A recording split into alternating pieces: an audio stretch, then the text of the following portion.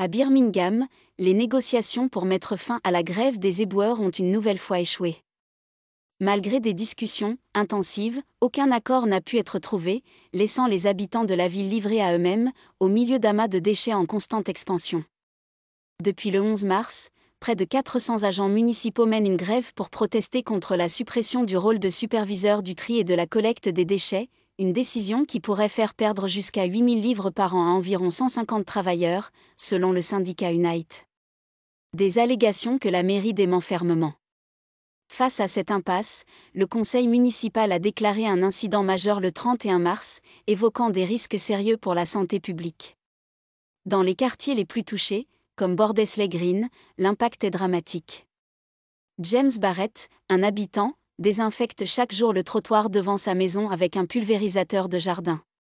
Une montagne de sacs poubelles y stagne depuis presque 5 semaines, attirant mouches et rats. Son désespoir atteint un sommet, il ne pourra même pas accueillir le cortège funèbre de sa grand-mère. L'entrepreneur des pompes funèbres m'a dit qu'il ne pouvait pas passer avec le corbillard. Il risquerait de rester bloqué. Elle adorait ce quartier, mais je ne peux pas lui offrir un dernier adieu ici.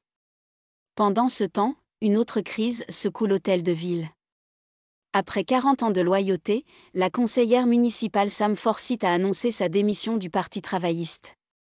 Représentante du quartier de Quinton, elle dénonce des coupes budgétaires insoutenables et l'inaction face à la crise des ordures. Cela fait 3 ans que je tire la sonnette d'alarme. Personne n'écoute.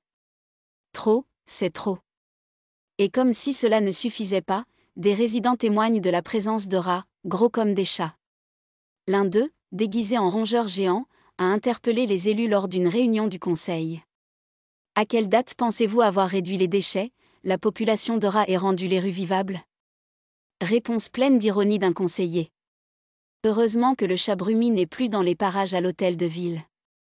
Une crise qui, jour après jour, devient le symbole d'un système local débordé, et d'un quotidien devenu invivable pour des milliers d'habitants.